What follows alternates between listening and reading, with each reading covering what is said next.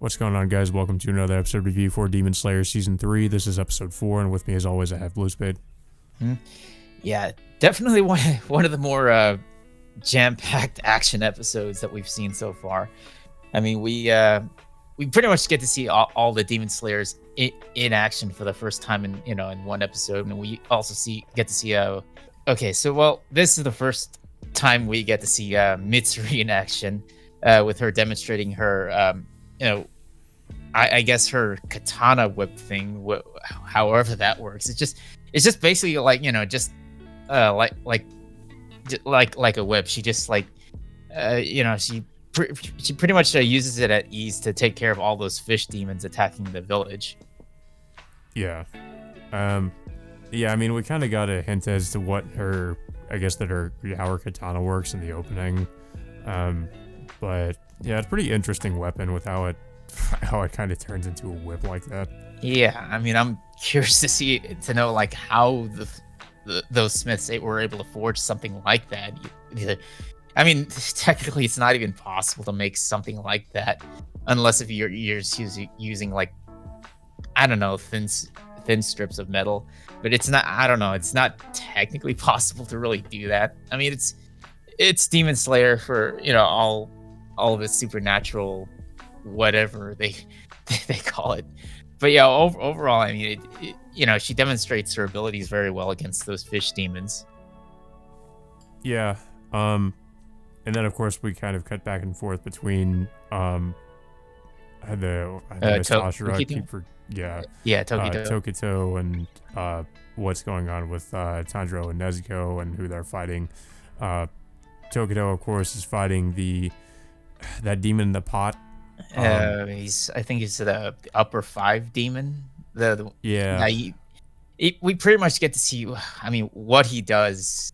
Well, as a hobby, I guess he apparently fuses several bodies of the victims. I wouldn't say he really killed them. It looks like they were still partially alive at several points, which is a little bit disturbing. And basically just, I guess, he twists one of the swords that he fused those a couple of guys with, and ends up, I don't know, they still showcase some amount of pain and consciousness in such a disturbing manner. Yeah, it was pretty messed up. Like basically what he does with is like it's like an amalgamation of these, like the bodies of all the swordsmiths sort of like fused together, I guess, and then they're just being tortured. So yeah, pretty messed up. I find that kind of interesting, as that I guess that's one of his abilities, is that he's just kind of wants to make these grotesque art pieces, quote unquote, and he's just contemplating what he's going to do with each of his victims, like how he's going to turn them into I don't know, some kind of display piece or some whatever for his collection, I suppose. Yeah. And what I also like about all of these fights, pretty much throughout the entirety of the series, is that each and every one of the Demon Slayers, including Tanjiro and all the other Hashiras, have to literally adapt to each of their enemies that they fight. For example, in last season, for Daki and Gyutaro, they literally had to decapitate both of them at the exact same time. However, in this instance, they're dealing with other types of upper rank demons that have to be killed in a variety of different ways that we still don't know like specifically on how to kill them. But of course, we really get to see like Tokito and Tanjiro like literally trying to adapt and try to study their opponents and how they're really supposed to defeat them in some ways. Like Tokito, for example, he's trying to find a way to defeat the upper 5 demon by literally just trying to slice his vases or pots. But he also finds out that he's able to manifest even more pots that he can just teleport left and right. Yeah. Whenever he thinks he has the upper hand, of course he doesn't. He tries to, I guess, be faster than the demon, and and he tries to injure it before it can get away. And of course, like you said, he does end up cutting one of his pots, and he discovers he can just trade more pots.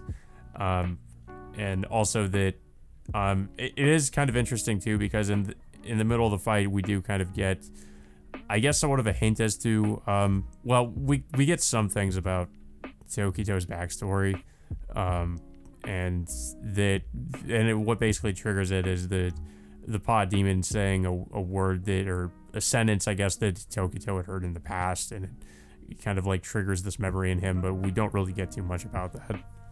Yeah, he obviously reminisces on the specifics on certain days which he remembers. Like he remembers like this hot summer day, and like his family had to leave the door open for it to cool down.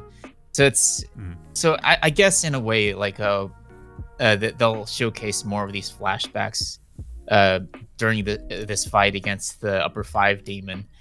Well, speaking of memories too, we do get some things about that in regards to Tanjiro, which I found kind of interesting, but also a little bit weird, because it does go back to that one memory he had earlier in the season about, I guess, one of his ancestors, and he says it's like, asks if it's an inherited memory or something like that, which I didn't know was a thing, but I guess it is.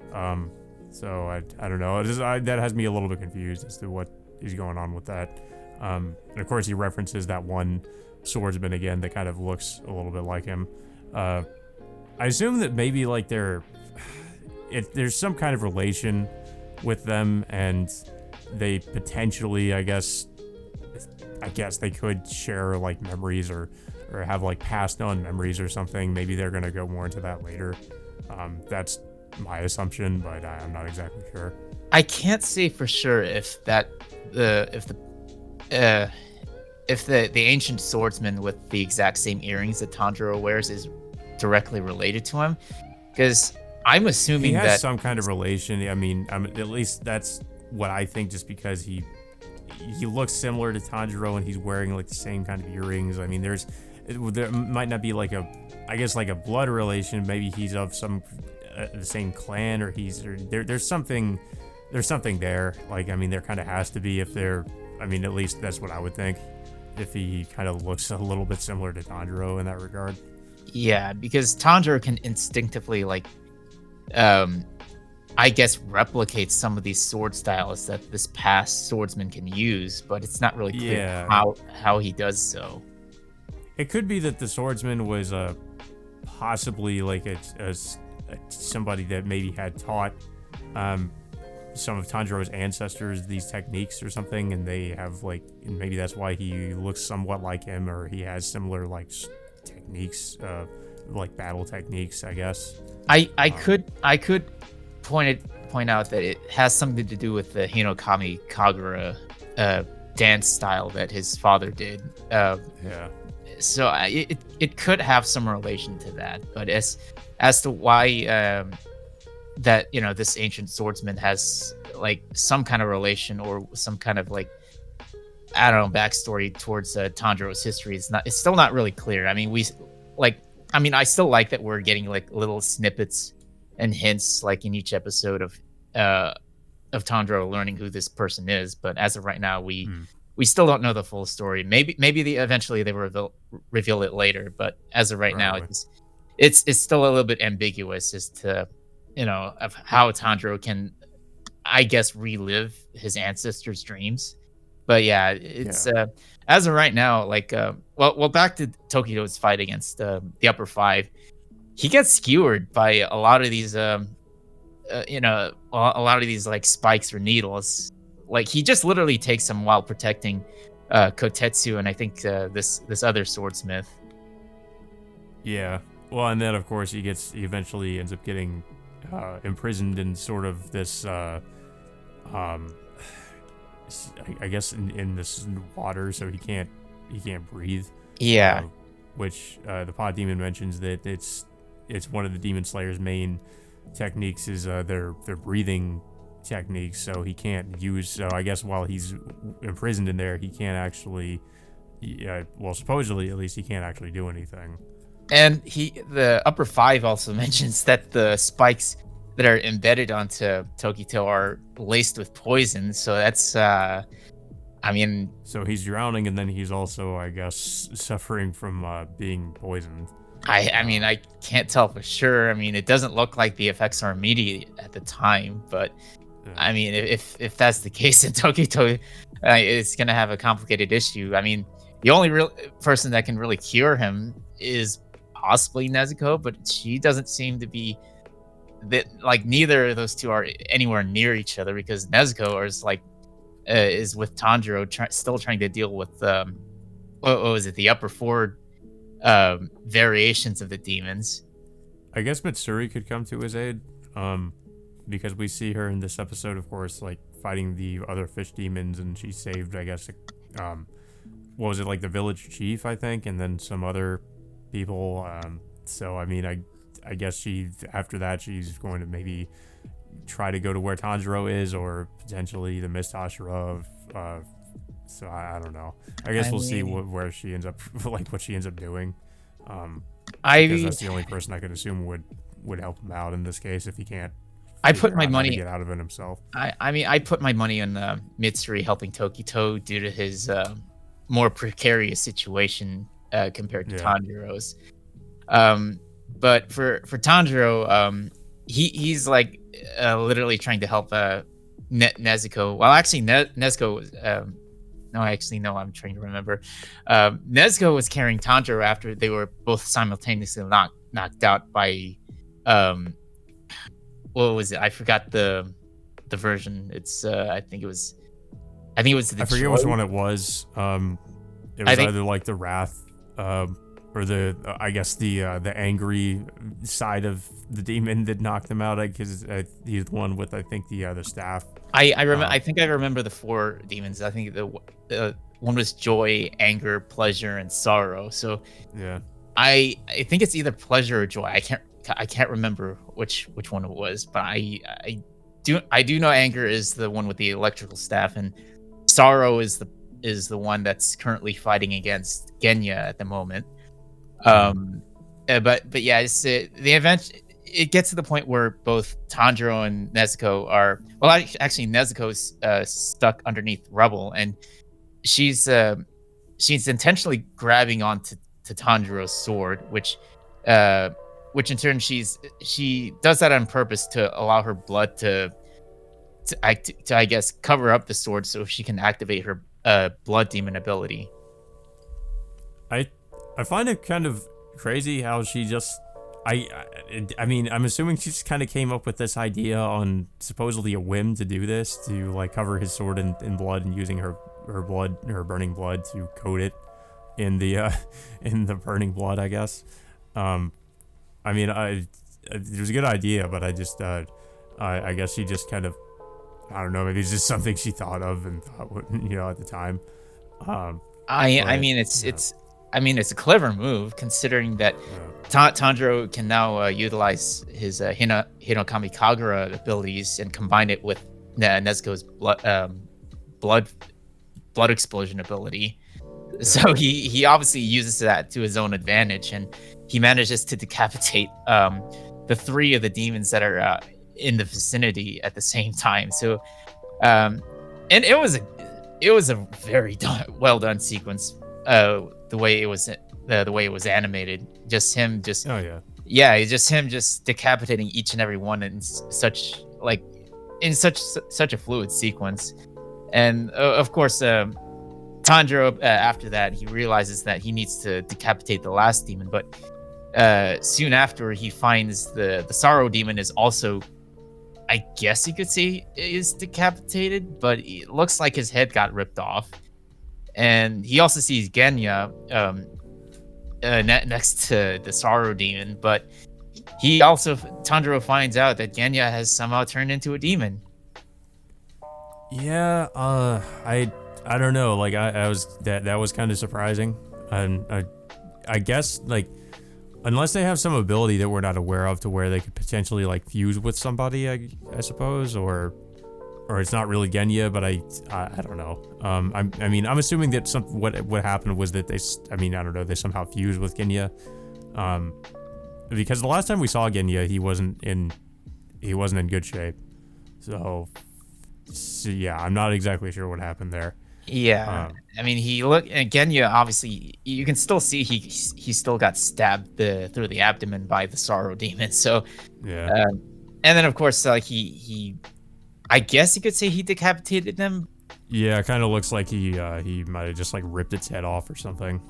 Yeah, but as for Genya, it's not clear as how he suddenly became a demon out of nowhere. I mean, there has to be a reason as to why. It's I'm pretty sure we'll get the answer probably by the next episode. But yeah, as of right now, the episode leaves us off on another cliffhanger. Yeah, I thought it was definitely one of the better episodes this season, just because it kind of hinted at some interesting things, and we have kind of gotten some of this already with in terms of Tanjiro's supposed relation with this ancient swordsman, and we get some hints as to Tokito's past, but not too much of anything. And it was also good to actually see Mitsuri join the battle, I guess. But and of course we got that sequence near the end too, which was probably the highlight of in terms of the animation we've seen so far from this season, I would say. Hopefully we get some more of that, but it was really impressive. But I thought, overall, I thought it was actually pretty decent for the most part. Of course, we do have the CG fish demons. I think we just need to accept that's what they're going to look like at this point. I don't think they're going to. Obviously, they're not going to be hand drawn. They're just going to be all CG, I guess. I mean, I still. But it didn't look bad. Yeah, I still think that the CG designs are pretty well designed. And plus it blends well. Like I said last week, it still blends well with with the nighttime environment that they're in. It doesn't look too out of place, like maybe in some other anime where they use CG. Yeah, I mean, overall, it's not too bad from what we've seen so far. But yeah, I mean, obviously, we're gonna see a lot more of these in subsequent episodes. But yeah, it's overall, it was a good episode. I mean, I really liked the end sequence with Tanjiro's. I think they call it his dragon dance ability. That's what he called it. And not to mention, I was actually kind of wondering where he had gotten that ability from, and then he references, I guess, that he had I guess gotten it from when he fought Gyotaro, or that's when he sort of like came up with this idea for this technique or something. Yeah, he mentions that he instinctively learned this while he was fighting and trying to decapitate Gyutaro. And it seems like I don't think they really showed us how he got this kind of training, but I would assume that he could have learned this off camera sometime. I guess so. But yeah, it's because when you watch it, it seems like you're like, wait, when did he learn how to do this? But I guess that might explain it. If it's something he maybe like picked up on when he was fighting Gyotaro. It's possible. I mean, it's but of course, like I also mentioned this a couple of weeks ago in terms of Nezuko. It's still like really unclear like how Nezuko constantly learns these new abilities that she gains without really us knowing like how she really technically trains for them. Well, yeah, I mean, she just kind of it feels like I mentioned, she sort of came up with the idea to coat Tanjiro's sword in blood and use her burning blood ability sort of like on a whim, because she just does it, and I'm just wondering like, oh, I don't know, I guess she just figured that out. But yeah, I mean, it's I guess it would have been better if they maybe like showed her sort of coming to the realization that would work instead of just her doing it, because I was kind of scratching my head as to what the hell she was doing when she was like trying to, holding his sword like that, and then you realize, oh, she's like trying to coat it to sword in blood to use the burning blood. I mean, obviously she's seen Tanjiro use the Hinokami Kagura at numerous occasions, so she obviously knows that she can combine her flames alongside his. I guess you could say it was a clever move on her part, but yeah, it's I mean, yeah, it's still. I mean, I still have small gripes about her like somehow gaining her abilities without any prior training, because most of the time, as we've seen her, like she never comes out during the day, and she's always inside, Tanjiro's box, hiding from the sunlight for the majority of the time. So it's not really clear Yeah. how she, like how she gains this amount of power in such a short amount of time. Yeah. Yeah, but that all being said, guys, until next time, we will see you all later.